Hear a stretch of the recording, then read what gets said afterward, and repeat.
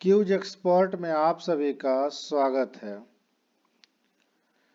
आज हम class 12th के बायोलॉजी से महत्वपूर्ण 50 प्रश्न पार्ट 2 लाए हैं। इससे पहले पार्ट 1 अपलोड किया जा चुका है, तो इसे जरूर देखें ताकि आपके एग्जाम में मदद मिल सके। तो ज़्यादा लेट नहीं करते हैं, आते हैं प्रश्न पर। पहला प्रश्न है, स्पर्मेटोजेनेसिस कहाँ होती है? तो इसका सही जवाब है विल्सन, यानी ऑप्शन नंबर बी। अगला प्रश्न है, निषेचन किस भाग में होता है? तो निषेचन जो है वो फैलोपियन नली में होता है, इसलिए ऑप्शन नंबर बी इसका सही जवाब है। अगला प्रश्न है, एचआईवी संक्रमण का मुख्य प्रभाव किस पर पड़ता है? तो एचआईवी जो है हमारे प्रतिरक्षी तंत्र को कमजोर करता है, इसलिए ऑप्शन नंबर बी इसका सही जवाब है। अगला प्रश्न है, कौन सा गर्भ निरोधक अस्थायी तरीका है? तो अस्थायी तरीका के लिए क्या है कि आप नसबंदी जो है वो अस्थायी तरीका है, क्योंकि कॉपर टिक कुछ समय बाद हटाया जा सकता है। गोलियां जब तक आप खाइएगा जब तक ठीक है, नहीं तो फिर गर्भ होने की संभावना है। कंडोम से भी वही सेम प्रक्रिया है, इसमें शुक्राणु अंडाणु से नहीं मिल पाता है, यानी कि इसलिए ऑप्शन नंबर इसका सी सही जवाब है। अगला प्रश्न है, मानव में निषेचन के बाद भ्रूण किसमें विकसित होता है? तो भ्रूण जो है वो गर्भाशय में विकसित होता है। निषेचन की क्रिया कहाँ होता है? फलोपियन नली में, और भ्रूण का जो विकास है वो गर्भाशय में होता है, इसलिए ऑप्शन नंबर 20 का सही जवाब है। अगला प्रश्न है, मेंडल के द्विविकल्पिक गुणों की संख्या कितनी थी? तो इसका सही जवाब है ए में ऑप्शन नंबर जो है वो 2 मान लीजिए, तो इसका सही जवाब है ऑप्शन नंबर बी, यानी कि 7। अगला प्रश्न है, यदि पिता के रक्त समूह ए और माता का बी है तो संतान का संभावित रक्त समूह कौन सा हो सकता है? तो इसका सही जवाब है ए बी और ओ, यानी कि ऑप्शन नंबर डी। अगला प्रश्न है, डीएनए में उपस्थित 4 नाइट्रोजन बेस है। तो डीएनए में जो है 4 नाइट्रोजन बेस जो है वो है एडेनिन है, थाइमीन है, और साइटोसिन है, और ग्वानिन है, यानी ऑप्शन नंबर ए। अगला प्रश्न है, लिंग निर्धारण में कौन सा गुणसूत्र जिम्मेदार होता है? तो लिंग निर्धारण में जो है वो वाई गुणसूत्र जो है वो जिम्मेदार होता है, इसलिए ऑप्शन नंबर 20 का सही जवाब है। अगला प्रश्न है कि डीएनए की दोहरी कुंडली संरचना की खोज किसने किया था? तो ये जो है वाटसन और क्रिक ने किया था, यानी ऑप्शन नंबर बी। अगला प्रश्न है, पीसीआर का उपयोग किसमें किया जाता है? तो पीसीआर का उपयोग जो है वो डीएनए प्रकृति बनाने में किया जाता है, यानी ऑप्शन नंबर ए। अगला प्रश्न है कि प्रतिरक्षी चिकित्सा का उपयोग किस बीमारी के लिए किया जाता है? तो प्रतिरक्षी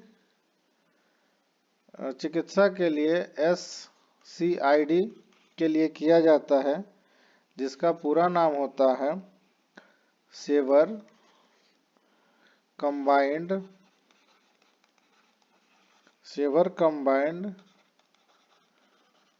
इम्यूनोडिफिशियंसी,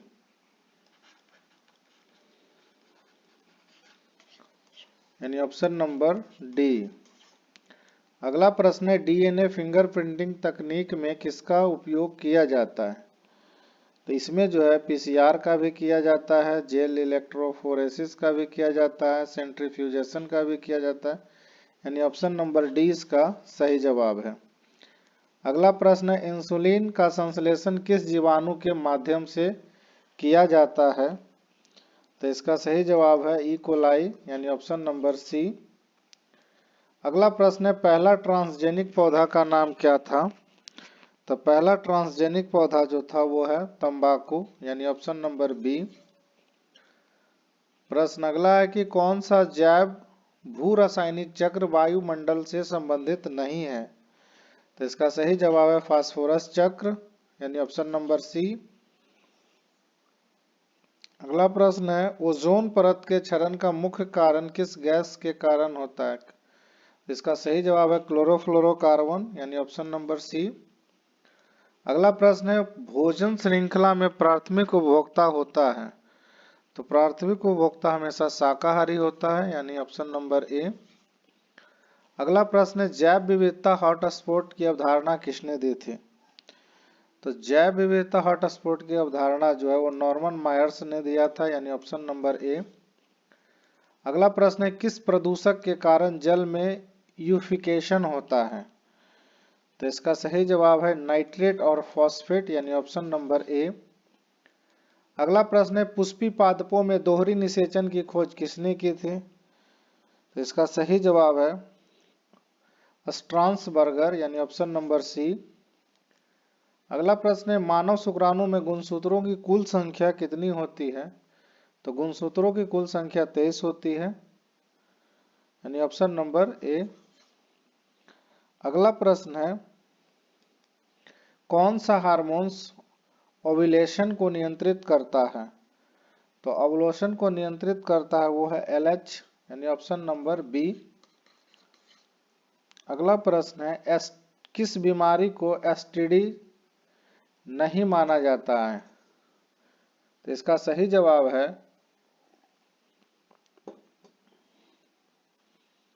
एसटीडी नहीं माना जाता है। इसका सही जवाब है कैंसर यानी ऑप्शन नंबर डी।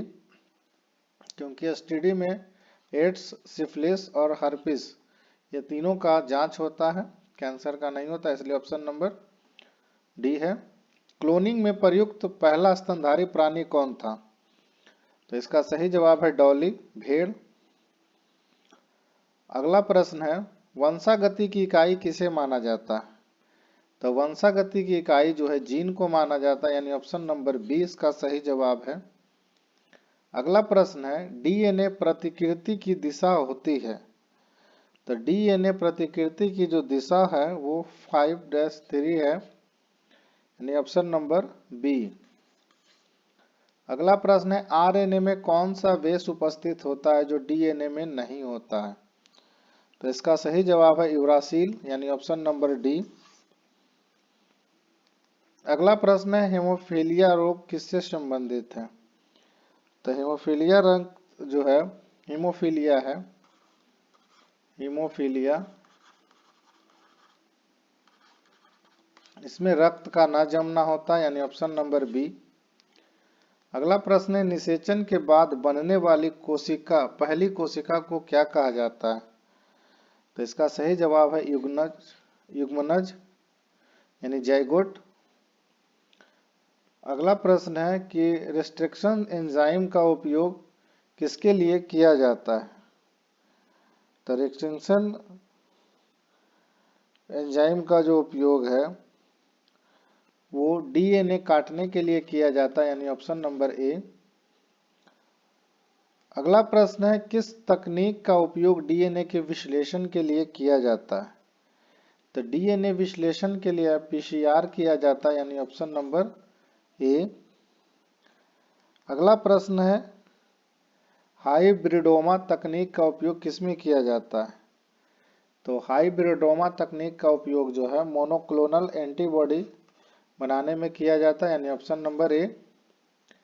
अगला प्रश्न है बीटी कपास में कौन सा जीन डाला जाता है। तो इसमें जो है क्राई जीन डाला जाता है यानी ऑप्शन नंबर बी। अगला प्रश्न है गोल्डन राइस में किस विटामिन की मात्रा अधिक होती है। तो गोल्डन राइस में जो है विटामिन ए की मात्रा अधिक होती है यानी ऑप्शन नंबर भी ए है। अगला प्रश्न है बायोमैग्निफिकेशन का अर्थ क्या होता है। तो बायोमैग्निफिकेशन का अर्थ जो है वो खाद्य श्रृंखला में विषैले पदार्थों की सांद्रता को बढ़ाना होता है यानी ऑप्शन नंबर बी है। अगला प्रश्न है रेड डाटा बुक किससे संबंधित है? तो रेड डाटा बुक जो है लुप्त प्राय जीवों की सूची से संबंधित है, यानी ऑप्शन नंबर बी। अगला प्रश्न है कौन सा ग्रीन हाउस प्रभाव के लिए सबसे अधिक जिम्मेदार है? तो इसका सही जवाब है कार्बन डाइऑक्साइड यानी CO2, ऑप्शन नंबर बी। अगला प्रश्न है मृदा अपरदन को कम करने का सबसे अच्छा तरीका क्या है? तो मृदा अपरदन को रोकने का सबसे अच्छा तरीका अत्यधिक वृक्ष लगाइए, इसलिए ऑप्शन नंबर ए इसका सही जवाब है। अगला प्रश्न है राष्ट्रीय जैव विविधता प्राधिकरण किस वर्ष स्थगित की गई थी? तो राष्ट्रीय जैव विविधता प्राधिकरण जो है 2003 में स्थगित की गई थी, स्थापित की गई थी, स्थगित नहीं स्थापित की गई थी। अगला प्रश्न है कौन सा हार्मोन्स प्रसव प्रक्रिया को प्रेरित करता है? तो ये ऑक्सीटोसिन होता है, यानी ऑप्शन नंबर बी। अगला प्रश्न है क्लेमाइडिया संक्रमण किस प्रकार का रोग है? तो यह एक बैक्टीरियल रोग है, यानी ऑप्शन नंबर बी। अगला प्रश्न है डीएनए प्रतिकृति की प्रक्रिया में कौन सा एंजाइम डीएनए के दोहरे कुंडल को खोलता है? तो इसका सही जवाब है डीएनए हेलिकेज, यानी ऑप्शन नंबर बी। अगला प्रश्न है एक्स वाई लिंग निर्धारण प्रणाली पाई जाती है? तो एक्स वाई लिंग निर्धारण जो है मनुष्य में पाई जाती है, मनुष्य में XX भी होता है और XY भी होता है, इसलिए ऑप्शन नंबर ए इसका सही जवाब है। अगला प्रश्न है ऑपरेरॉन मॉडल का प्रतिपादन किसने किया था? तो इसका सही जवाब है जैकब और मोनोड ने किया था, यानी ऑप्शन नंबर बी। अगला प्रश्न है ट्रांसजेनिक पौधों का निर्माण किस उद्देश्य से किया जाता है? तो ट्रांसजेनिक पौधे का उद्देश्य जो होता है निर्माण का अधिक उपज हो, ये भी सही है। कीट प्रतिरोधक क्षमता बढ़ाने के लिए ये भी सही है। मूल्य पोषण मूल्य बढ़ाने के लिए ये भी सही, यानी ऑप्शन नंबर डी इसका सही जवाब है। अगला प्रश्न है जीन गन तकनीक का उपयोग किया जाता है? तो जीन गन तकनीक का उपयोग जो है पादप कोशिकाओं में डीएनए डालने के लिए किया जाता है, यानी ऑप्शन नंबर बी। अगला प्रश्न है ग्लोबल वार्मिंग मुख्य रूप से किसके कारण होता है? तो ये जो होता है ग्लोबल वार्मिंग वो CO2 और CH4, यानी ऑप्शन नंबर ए। अगला प्रश्न है किस प्राकृतिक साधन को नवीकरणीय नहीं माना जाता है? इसका सही जवाब है पेट्रोलियम, यानी ऑप्शन नंबर सी। और ये रहा अंतिम क्वेश्चन, यानी कि संवहनीय विकास का मुख्य उद्देश्य क्या है? तो इसका मुख्य उद्देश्य जो है वर्तमान और भविष्य की पीढ़ियों के लिए संसाधनों का संरक्षण करना, यानी ऑप्शन नंबर सी इसका सही जवाब है।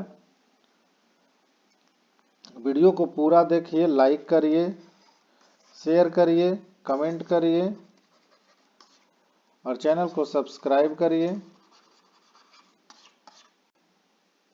वीडियो देखने के लिए धन्यवाद।